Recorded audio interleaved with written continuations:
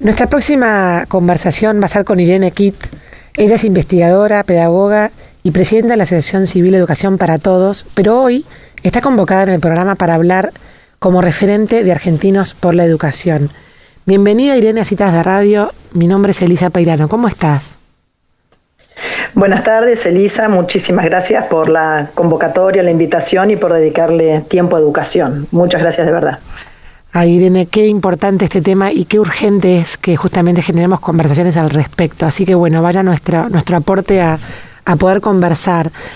Irene, ustedes pertenecen, son varios referentes, especialistas, educadores en el tema de la educación y están intentando generar un observatorio y medir cosas de educación que si uno no mide no sabe dónde está parado. ¿Querés contarme cuáles son las últimas mediciones que han hecho desde Argentinos por la Educación en materia de educación? El esfuerzo de Argentinos por la Educación, que es una ONG que tiene ya 3-4 años y una mirada estratégica muy trascendente, digamos, y ha convocado justamente a referentes de muy diverso historial, ideas. Realmente nuestras reuniones de referentes son bastante interesantes porque claramente en muchas cosas no coincidimos, pero podemos dialogar, lo cual es una experiencia muy interesante y que Argentinos por la Educación nos genera gratamente. Diría que hay dos tipos de de producciones de información de Argentinos por la Educación. Una es poner en valor la enorme cantidad de información educativa que se va acumulando a través de los años con la estadística educativa, la información que cada escuela manda al ministerio, que el ministerio provincial manda al ministerio nacional. Hay muchos años, ya tendremos prácticamente 2 décadas de información que se genera de una manera sistemática y ordenada, y realmente hay mucho para leer en esa información, y Argentinos por la Educación lo que está haciendo es tratar de hacerla accesible para personas menos expertas en el trabajo de información estadística. Uh-huh. Y esto es muy valorable porque tendemos muchas veces nuestras discusiones en Argentina, muchos temas están basados primero en nuestras ideas o nuestras posiciones antes que en el análisis de la información. Y ese es un punto muy valorado, pero yo creo que la conversación de hoy va más por el lado de otro mundo de trabajos que está encarando Argentinos por la Educación, que tiene que ver con hacer encuestas, investigaciones con valor representativo, es decir, con técnicas metodológicas rigurosas, que permita preguntarle directamente a estudiantes o a familias distintos aspectos que han tenido que ver con esta experiencia educativa tan sorprendente, por usar una palabra medio neutra, que ha tenido el 2020 y 2021. Y me parece que eso de escuchar a las familias, escuchar a los estudiantes, es algo que estamos en deuda. Tal cual lo decís, Irene, tal cual. Y además, hace 3 o 4 años se generó esto con la educación como foco. Nunca pensaron que les iba a pasar esto que pasó, que de repente la educación es un tema central para la sociedad, y además en este contexto de pandemia pareciera como que se nos ha desdibujado un poco. Así que qué importante esto de darle voz a las familias y a los estudiantes. ¿Y qué es lo que han podido recabar de estas investigaciones?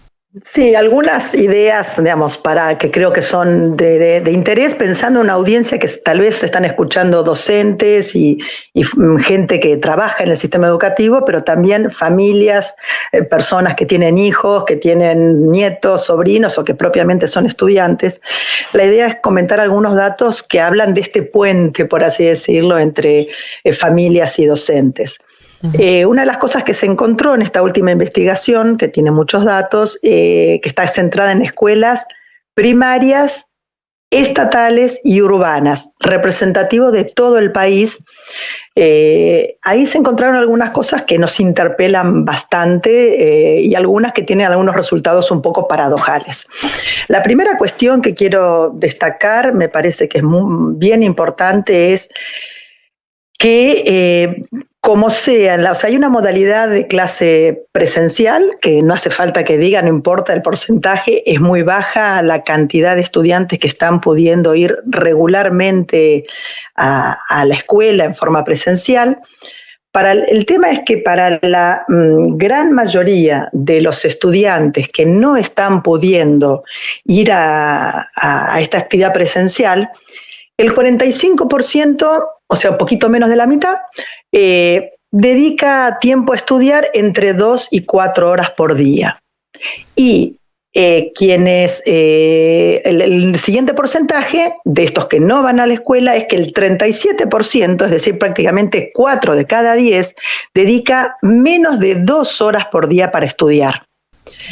Y esto, que es un dato, para mí es uno de los datos más conmovedores de esta encuesta, porque nos está hablando, o sea, nuestra primera tentación tal vez en algún diálogo sería ver quién es el culpable. La familia que no se ocupa, el chico que es un vago, los docentes que no... Digo, la verdad que no llegamos a nada con eso. Claro. Creo que la preocupación es decir, bueno, tratar de profundizar y reflexionar y seguramente generar una nueva investigación, posiblemente, de qué es lo que pasa, que ese tiempo de clases es la mitad de una jornada simple y menos, o prácticamente la cuarta parte de una jornada completa, ¿no? Que los chicos se están dedicando a estudiar por día. Claro. Y en eso hay muchas cosas. Algunas tendrán que ver con cómo llega la propuesta de la escuela a la familia, otras tendrán que ver con las posibilidades de la familia para organizar un ambiente de aprendizaje, y otras tendrán que ver con situaciones más generales de este trastocamiento global que tenemos en la pandemia. Pero creo que una cosa muy concreta de preocuparnos es decir, a ver, una cosa es que durante 15 días, 20 días, un mes, 2 meses, la actividad de aprendizaje ocupe 2 horas por día. Cuando ya llevamos mucho tiempo, es como si vos dijeras, ahora que estamos a punto de esta tarde de jugar la Copa América, ¿no? Si un entrenador, si un futbolista de alta gama está 15 meses sin entrenar, no va a rendir bien en la cancha, por más que tenga todas las medallas de oro colgadas en su placar, digamos. La necesidad del aprendizaje duradero, del aprendizaje importante, que para eso se creó la escuela, para aprender cosas sueltas, la vida te enseña un montón de cosas. Para aprender habilidades, capacidades, competencias importantes para toda tu vida, como es aprender a leer bien, a escribir, a expresarte, pensar matemáticamente, entender los procesos científicos, los descubrimientos científicos, para eso se inventó la escuela.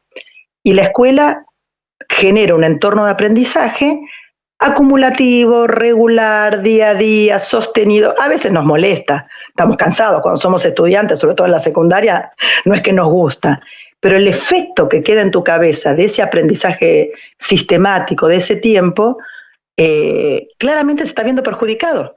Y va a ser un perjuicio muy importante, tanto por lo que no estamos aprendiendo como por la falta de práctica, esa falta de entrenamiento de cuando volvamos a tener 4 horas u 8 horas o 6 horas en las jornadas extendidas, vamos a tener que tener mucha paciencia porque los chicos van a estar desacostumbrados a estar tantas horas en situaciones de estudio. Claro, o sea, lo que vos decías que están 2 horas aprendiendo es aprendiendo sobre educación formal, entre comillas, porque yo creo que los chicos aprenden tanto todo el tiempo de todo lo demás, que el resto del tiempo están aprendiendo para saber uno qué, ¿no?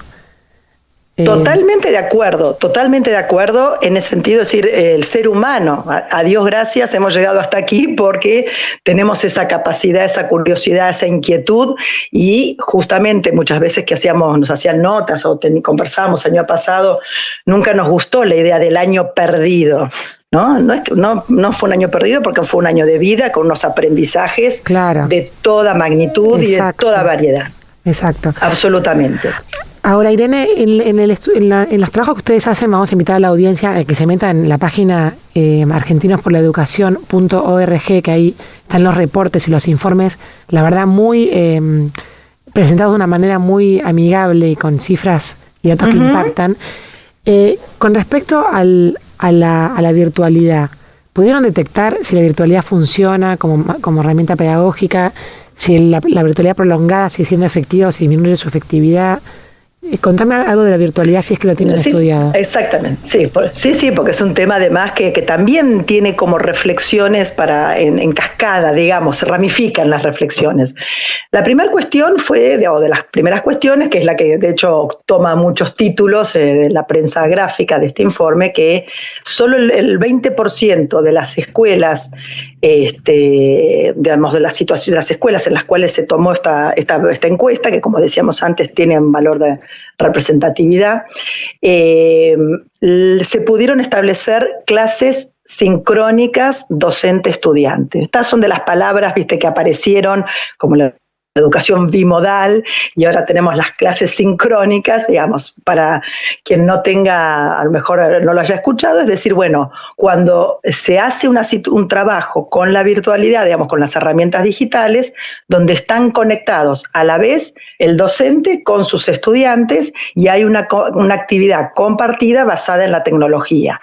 Para decirlo con nombre propio, que no me gusta, pero bueno, es así, es cuando tenemos o clase o por Zoom, o por Meet, o por Jitsi, o por Teams, o cualesquiera de estas modalidades de trabajo. Entonces, es solo un 20%, es decir, tanto por restricciones del equipamiento de la escuela como por restricción de la escuela o de los docentes en su hogar, porque no siempre los docentes pueden ir a la escuela a esto, o por restricciones que hay de dificultad de no tener equipamiento para todos, no tener conexión, o que se corta la luz, o todas las cosas que suceden, regularmente solo un 20% tiene clase sincrónica con su docente.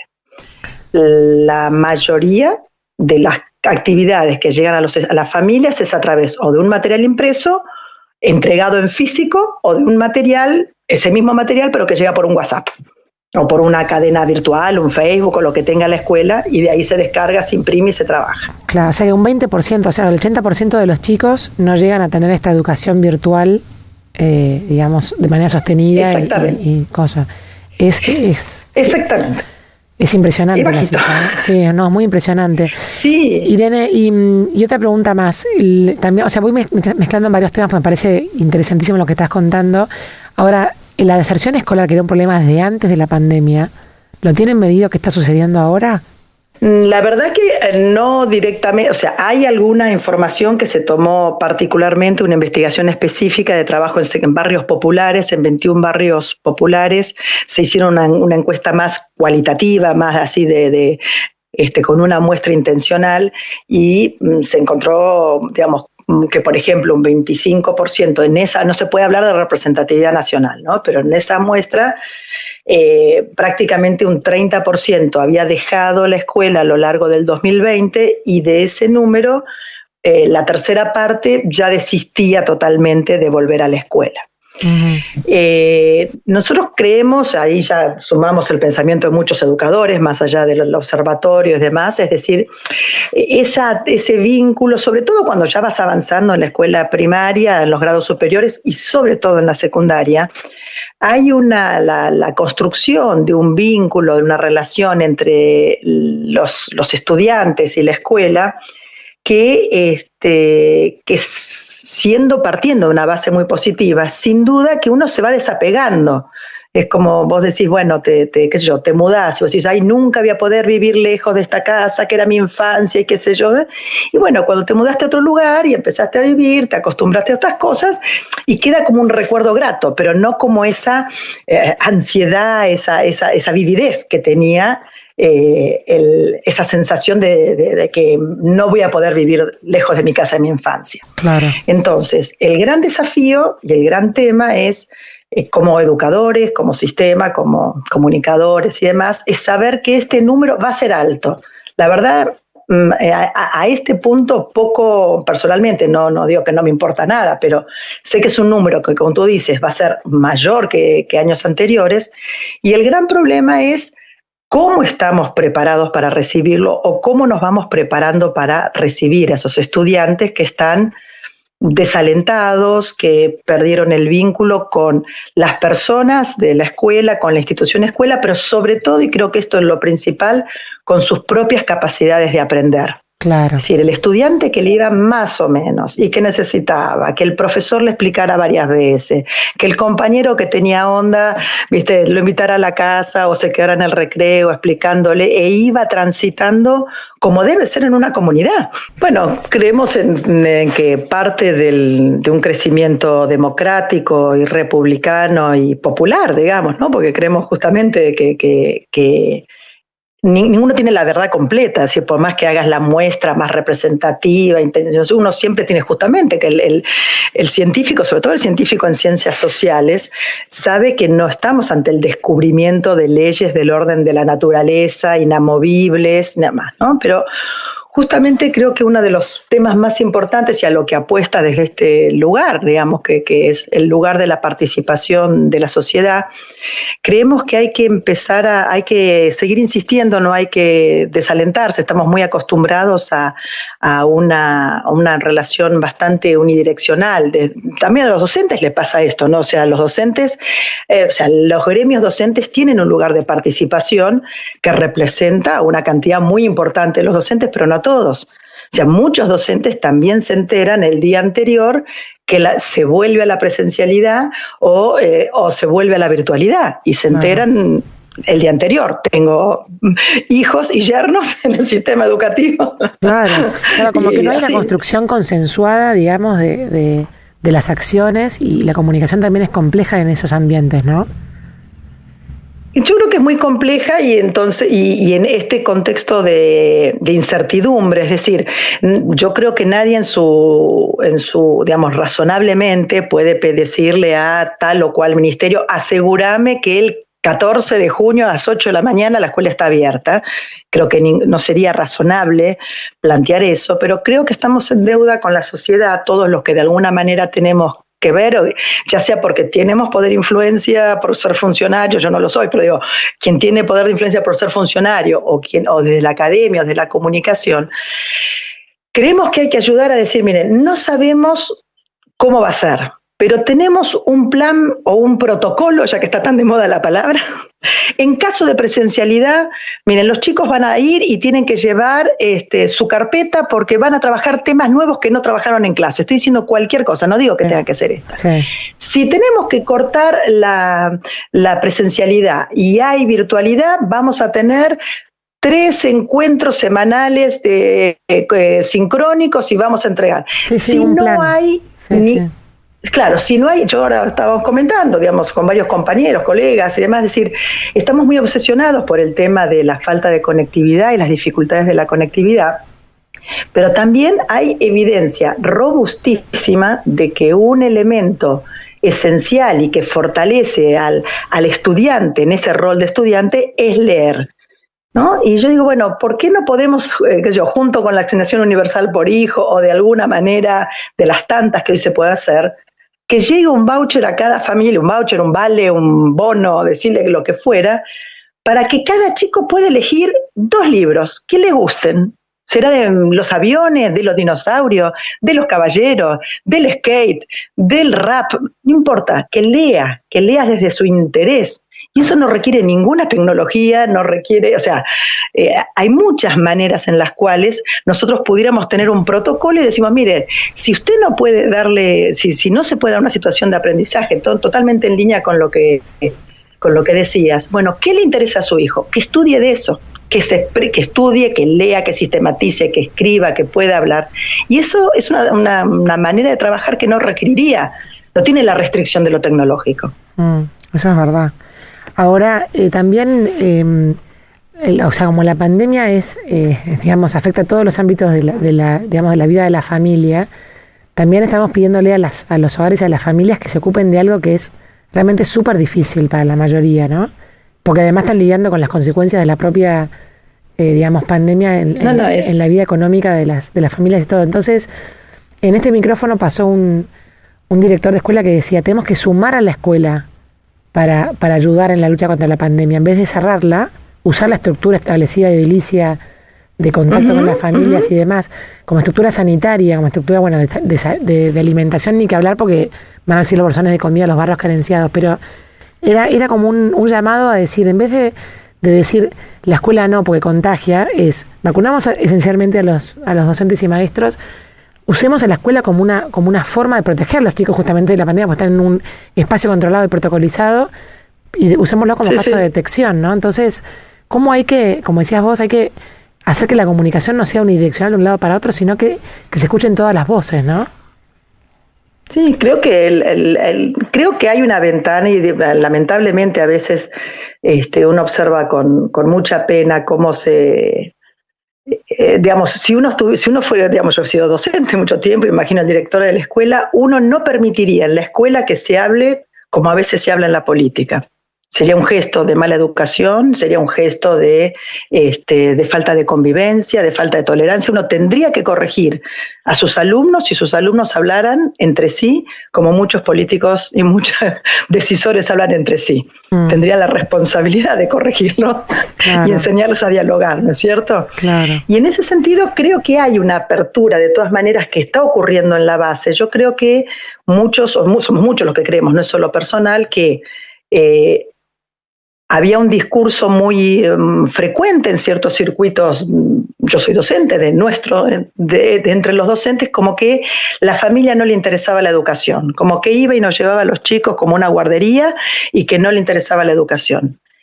Y por otra parte, a veces ha habido también discursos sobre, los docentes tienen los famosos 3 meses de vacaciones, 4 horas, etcétera. Creo que ambos, familia y escuela, vimos una faceta del otro que tiene que ayudar a remover prejuicios y ayudarnos a ordenarnos en función de nuestra responsabilidad adulta en relación con los niños, niñas y adolescentes, que es brindarles el mejor entorno de desarrollo de capacidades.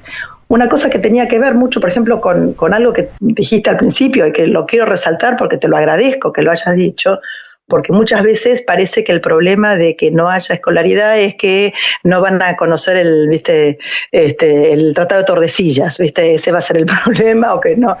Y es que hay un plano que muchas veces no se cuida, que es, o no se valora lo suficiente, que es, junto con el interés del estudiante, todo el plano de lo que es la expresión artística en su variedad.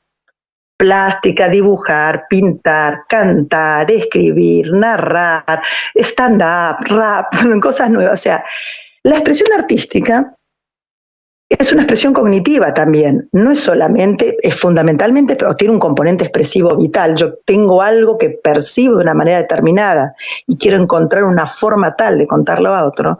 Pero también es una actividad cognitiva fundamental. Cuando un niño de 5 o 6 años mira, qué sé yo, y le gusta dibujar o los caballeros o los dragones o lo que fuera que le gusta dibujar o los motores, y pasa algo del plano de las 3 dimensiones a las 2 dimensiones del papel, eso no ocurre en la mano, ocurre en la cabeza.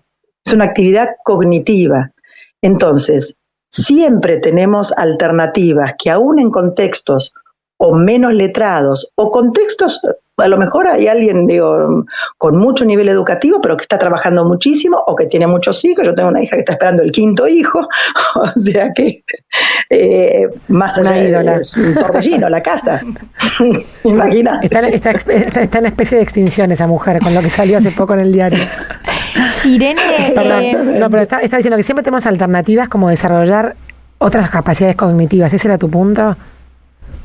Exacto, y entonces, por ejemplo, muchas veces le estamos planteando situaciones a los estudiantes con cuestionarios o con temas que las familias de repente no pueden seguir porque o no le entienden o no tienen el tiempo, y por ejemplo no usamos el canal del arte, por ejemplo, este tema de dibujar, y mira, haceme una colección de dibujos del tema que a vos te interesa. Claro. Salí al patio de tu casa y dibujá con todo detalle una planta, con todo el detalle chiquitito de las hojitas, de la no sé qué. Todo eso es cognitivo, no es solamente expresivo. Claro, perfecto. Y eso lo puede hacer independientemente de, ojalá tenga la tablet, no estoy negando que tenga su tablet, su conexión y demás, pero mientras tanto...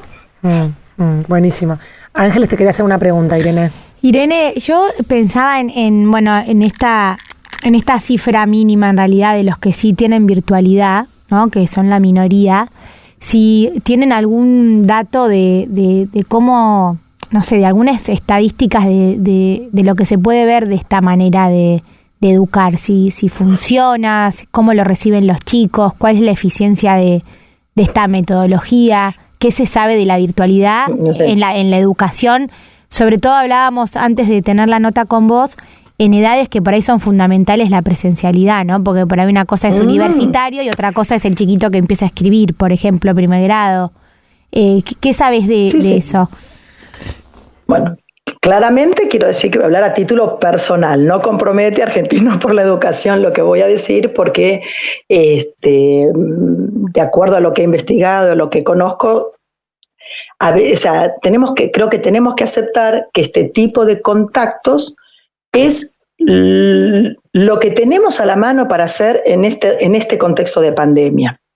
No es la mejor opción, no es la elección, es lo que podemos hacer para mitigar, para atenuar, para disminuir los costos de una desconexión o una pérdida completa de contacto con la escuela. No solamente en esa edad tan pequeña, hasta entrada a la adolescencia, y a veces por distintos motivos, claramente en la educación obligatoria, la educación a distancia, mediada virtualmente o como fuera, cuando yo estudié y cuando se sancionó la Ley de Educación Nacional, justamente se decía la educación a distancia tiene que ser una opción, no puede ser la única oferta. De hecho, hubo que cambiar la Ley de Educación en plena pandemia porque estaba prohibida la educación a distancia en la educación obligatoria. Estaba prohibida, taxativamente prohibida. Mira. Entonces, voy a decir algo, insisto, es personal. Aún los que hemos estudiado, los que han estudiado TICs, tecnologías de información y la comunicación aplicada a la escuela, justamente trabajaban cómo integrar a la propuesta del aula el trabajo con las computadoras, que es otra cosa de trabajar los chicos en casa y yo en la punta de una conexión virtual.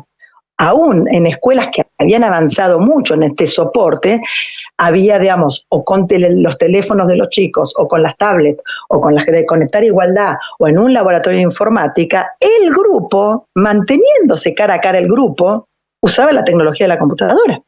Y ahí cuando vos te formabas en tecnología educativa, te formabas en eso. No te formabas en esta modalidad de trabajo a distancia. Es decir, aún quienes están capacitados en esto, el contexto era distinto. Yo hago mucha capacitación y muchos colegas hacemos mucha capacitación a adultos, lo que decís universitario, y creo que todos ya acabamos detestando las actividades sincrónicas. ¿Por qué? Te conectás, 30 personas, empezás la clase. Normalmente no tenés un auxiliar, un moderador de la clase, lo tenés que hacer vos. Mientras das la clase, la gente entra, se cae la comunicación, como nos pasó recién, se cae la señal, hay que volver a conectar. Ay, profe, me repite desde acá qué dijo, qué no dijo. Imagínate eso durante 60 minutos, lo que vos tenés pensado dar, es muy difícil darlo en ese contexto. Estás viendo, con suerte que tengas una computadora grande, 20 cuadraditos, sí, no que no tenés mucho en claro. Tal cual. Y se nos ha por ido. otra parte, discúlpame, una idea muy cortita, es decir, los chicos están acostumbrados a ver en las pantallas otras cosas, no eso que damos nosotros. Tal cual, todo el estímulo de la pantalla. Irene, seguiríamos hablando encantadas con vos, pero se nos ha ido el tiempo en la radio, que es tirano. Así que muchísimas gracias, vamos a seguir con este tema, vamos a seguir con Argentinos por la Educación, así que gracias por este primer encuentro. Gracias, muchas gracias a ustedes y adelante con darle espacio a la voz de los que están en la escuela, los que tienen que aprender. Muchísimas gracias, adiós. Bueno, y así pasaba Irene Kitt en esta interesantísima conversación referente de Argentinos por la Educación.